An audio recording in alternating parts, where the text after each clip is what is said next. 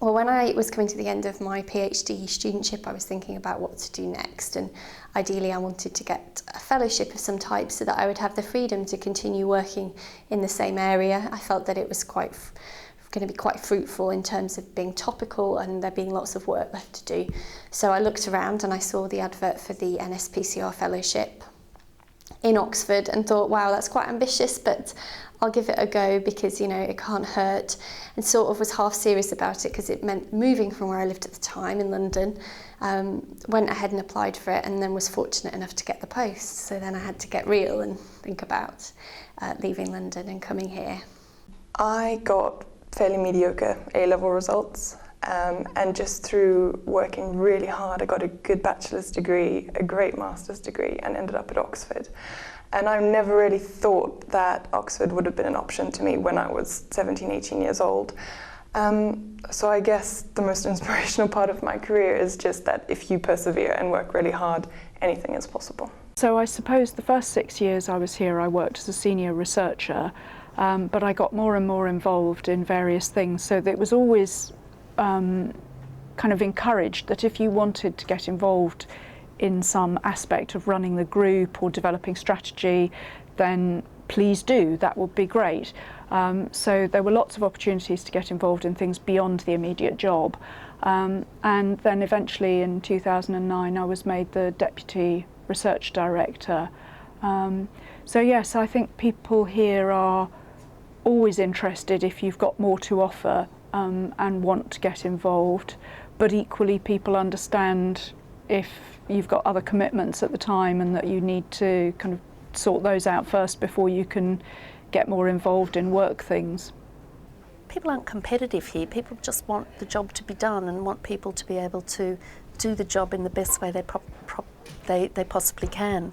So that's just been excellent. I haven't found that in any other job, in any other workplace, where people have been very, very generous with their time, even though everybody's very, very busy and on short-term contracts. They're very giving of time and advice and so on. And I found that really, really refreshing. So I have a very hands-on role, and it's very nice to see the output and see the impact that it has. Internationally, actually, people do read our reviews, and I enjoy that, and I feel that I'm not a natural campaigner, so I would never be out there banging the drum as a tobacco control activist, but at the same time, in a small way, I hope I'm contributing to improving people's health by stopping them smoking. I've got a particular interest and passion for teaching, and I knew that taking on this job my job was as a senior researcher, so it wasn't a teaching job, but I recognised early on that there was some teaching you could get involved with, and at the time we ran two qualitative research methods courses, one on interviewing and one on analysis, which I got involved in teaching a couple of sessions on those. And then a couple of years ago I became course coordinator, and with the support of HERG Management and my colleagues who teach on the program, we've been able to double the number of courses offered, which is fantastic. And I now have a dedicated 2 days a week in my contract devoted to teaching, which is great because that wasn't what my initial contract was all about. So it's been great to have that support. This job is really great in that it gives you that flexibility, so you know you're able to work at home if necessary and be getting actually probably more work done a lot of the time if you're writing, and also the fact that you can kind of tailor your hours if necessary. I would say it's a very flexible workplace in that regard, and everyone realises that as long as you're doing your work, that is the important thing, and I think that's really, really great.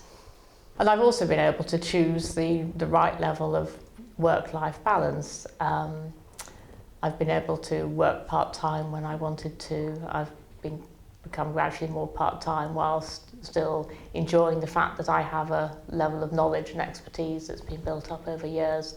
I think I draw a lot of inspiration from the women I work with, because some of them have got very, very complex lives outside of work, you know, childcare responsibilities, lots of caring and that they have to do, a whole lot of things outside work, and yet they manage to do just the most amazing work. And I just think it's incredible. I just admire so much their determination and their cleverness and their willingness to share their ideas, and in very much a non-competitive spirit. Definitely Anne Macpherson inspired me, because she was such a great mix of dedication to what she was doing, but also having fun and being kind and mixing it up with family life. So she set an example right from the top, that you would quite often ring her and she'd say, "Can I ring you back in 10 minutes because I've just got the grandchildren here?" And so it was always okay for you to be mixing up work and family. As long as the job got done, that was fine. And indeed, actually, I think she encouraged people to bring their family lives into work in a way and talk about them, and not sort of treat it as a separate sphere that you were ashamed of or you shouldn't be talking about. It was an important part of who you were at work as well as who you were generally. Fellow DPhils, not only the girls but the boys as well. We all come from such varied backgrounds, and some of us have families thousands of miles away. Some of us are running companies, some of us have extremely busy social lives, and we all work together and we work really hard and are achieving some great things. So I think the people around me really inspire me. I think the most important thing is to know that you can reinvent yourself, and if you find yourself in a pathway that you're not entirely happy with, you can change.